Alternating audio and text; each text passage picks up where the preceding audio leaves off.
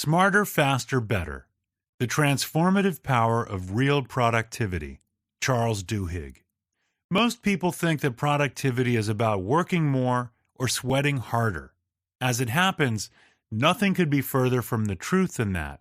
Rather than being simply a product of spending longer hours at your desk or making bigger sacrifices, productivity is about making certain choices in certain ways. Smarter, Faster, Better by Charles Duhigg is a book about how to recognize these choices that fuel true productivity. It delves into the 8 ideas that seem most important in expanding your efficiency and demonstrates how you can connect these ideas to become smarter, faster, and better at everything you do. So, get ready to explore each of these 8 ideas and prepare to learn how to separate yourself from the merely busy and become genuinely productive in this relentless and rapidly changing world of ours. Number 1. Motivation. Located in your forebrain, the striatum is a cluster of neurons that coordinates multiple aspects of cognition, including reinforcement and reward perception. Fascinatingly enough, because of this, it is also directly responsible for your motivation as well. A couple of burst vessels inside it, and there's a big chance that you might become apathetic and lose your drive or momentum altogether. Fortunately, in the absence of injury, you can always trick your striatum into cooperating. Studies have shown that the striatum lights up even when you're playing boring games, since its activity is often elicited by feelings of expectation and excitement. Studies, such as guessing if a number is higher or lower than 5, just because you have an option to choose. Your striatum wants you to be on top of things, and gives up on you when you're strictly following orders. Motivation is triggered by making choices that demonstrate to ourselves that we are in control, writes Duhigg. The specific choice we make matters less than the assertion of control. It's the feeling of self-determination that gets us going. Well, use this knowledge to your advantage, to motivate yourself. Make a choice that puts you in control. For example, if you have to reply to 40 emails, start by merely browsing them and choosing the few that you're going to reply to first. Transforming a chore into a choice is the first step toward becoming motivated. Make the first step to feel in charge. In the case of your emails, this would mean writing an initial sentence that expresses a blunt opinion or definite decision. It would be easier to keep going afterward. Connect your tasks to something you care about. Explain to yourself why a certain boring task, such as writing emails, might matter. Linking it to a meaningful future goal lights up your striatum because of the promised reward in the future.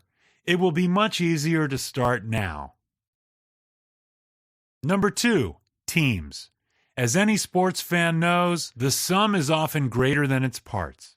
In 2012, Google's Project Aristotle embarked on a mission to discover why, and more importantly, when this is true. 2 years later, they came out with the results. They discovered that the most important factor that allows a team of average performers to accomplish exceptional results were psychological safety. Defined as a shared belief held by members of a team that the group is a safe place for taking risks, psychological safety engenders a sense of confidence that the team will not embarrass, reject, or punish someone for speaking up. In other words, in psychologically safe terms, members are encouraged to contribute because they are not scolded for making mistakes, and thus, errors quickly evolve into portals of discovery that propel the whole team forward. So, to create the perfect team, manage the how, not the who of teams. Psychological safety is all about being the equality of opportunity.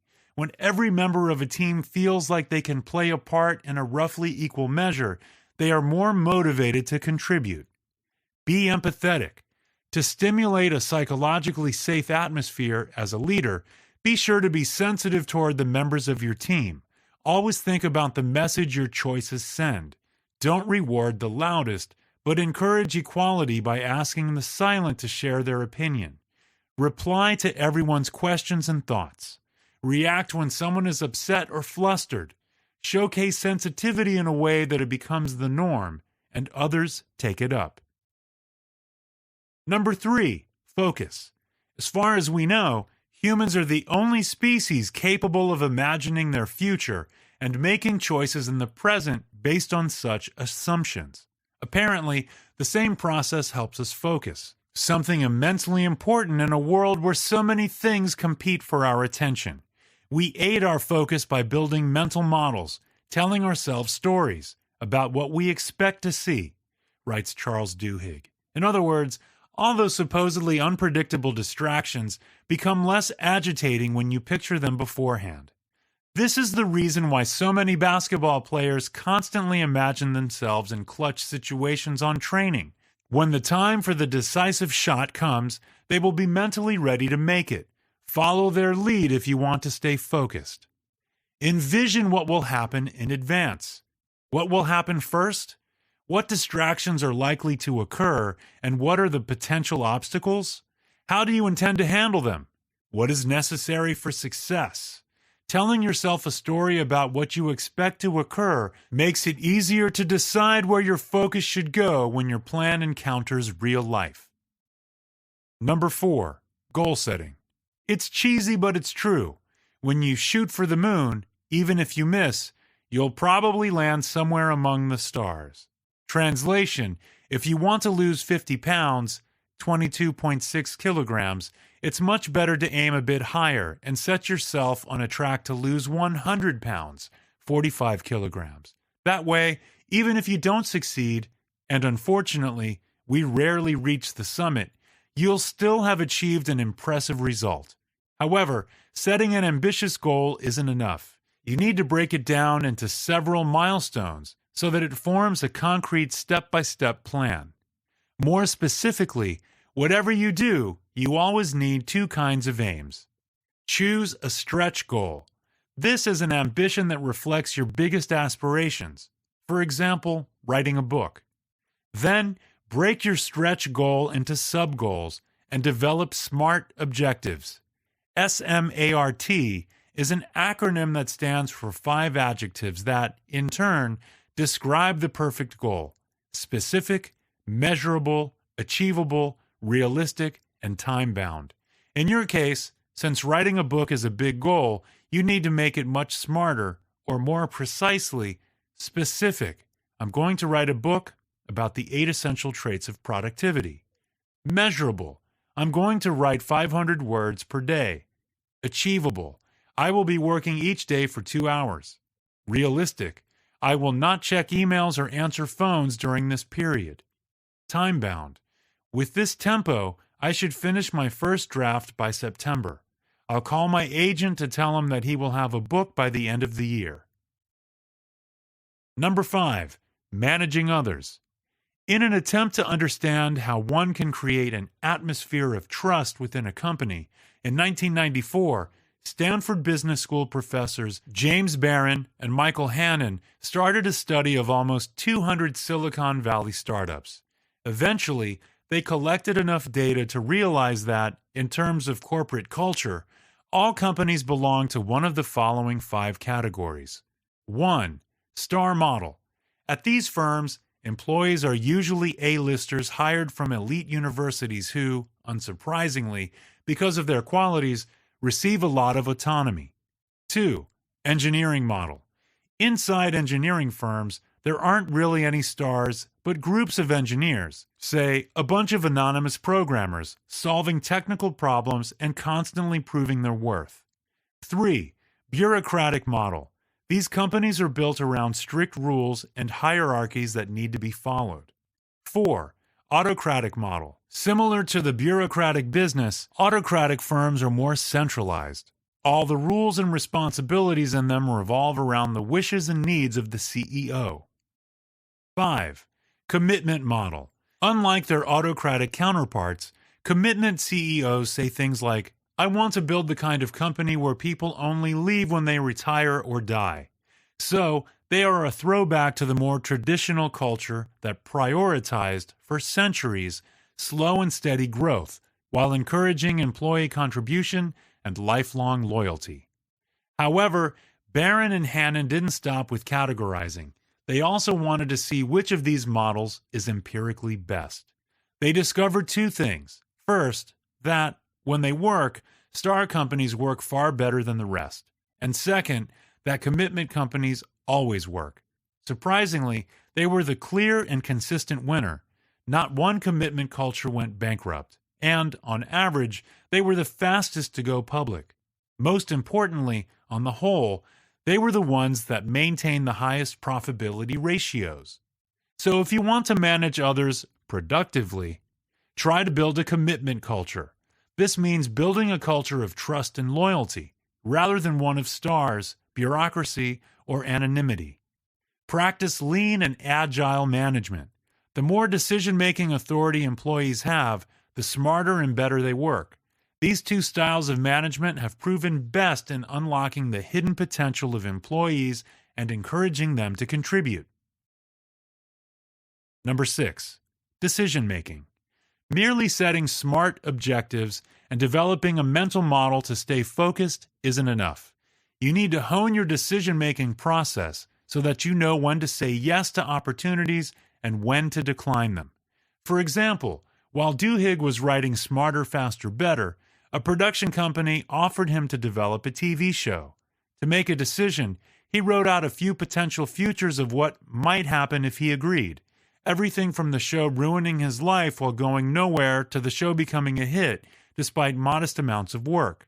However, since he didn't know how to evaluate and compare these futures, he started calling friends and asking them about their experiences. Then, he assigned each scenario a rough probability and went on from there. Do something similar whenever faced with a difficult decision. Envision multiple futures.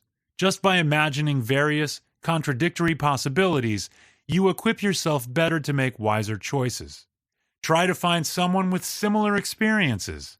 You'll know better which of the possible futures is most likely to occur if you ask around for other people's ideas, perspectives, and experiences. By finding information and then letting ourselves sit with it, writes Duhigg, options become clearer. Number 7. Innovation. In 2013, Brian Uzi and Ben Jones of Northwestern University published their findings from a big data experiment that, with the help of a computer algorithm, evaluated the nature and originality of about 17.9 million scientific papers. They discovered that, on average, 90% of what was in the most creative manuscripts had already been published elsewhere.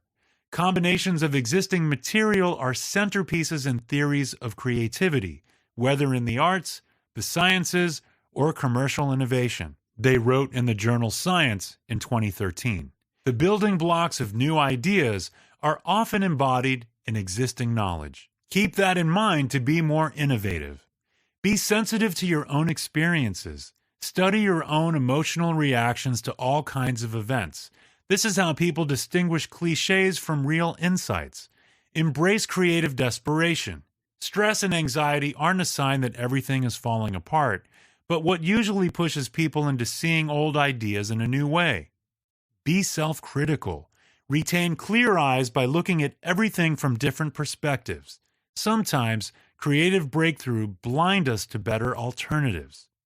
If you are a leader, hire innovation brokers. Innovation brokers are, essentially, intellectual middlemen, i.e., people capable of transferring knowledge between different groups or settings. Number 8. Absorbing data. Thanks to the internet, we absorb dramatically more data today than ever before. However, this doesn't mean that we know how to use it. In fact, most of us are informationally blind, that is to say, unable to take advantage of data as it becomes more plentiful. The best way to overcome this obstacle and learn to absorb data better is to force yourself to do something with the data. Turn it into a graph or a drawing. Translate it into a note on the margin, or explain it out loud to yourself or a friend. Every choice we make in life is an experiment, writes Duhigg. The trick is getting ourselves to see the data embedded in those decisions, and then to use it somehow so we learn from it. Final notes. Charles Duhigg is an excellent storyteller, and Smarter, Faster, Better is best when he recounts the case studies related to his research. However, in our opinion, the book relies too much on those stories to be truthful. Anecdotes are no arguments, and are persuasive for all the wrong reasons. That being said, we don't see a reason why you shouldn't read it. It's pleasurable, engaging, memorable, and who knows, maybe even useful. Hi, I'm Rhonda, and this is an exclusive audiobook video recorded for the Audiobook Master channel.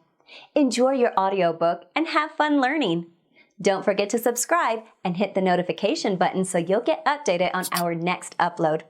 If you liked the video, give us a thumbs up and say your thoughts about the book we just covered. Do you want to listen to a summary or review of a book that we haven't covered in the past? Say it in the comments below or send us a message. Don't forget to check our other uploads. Enjoy listening!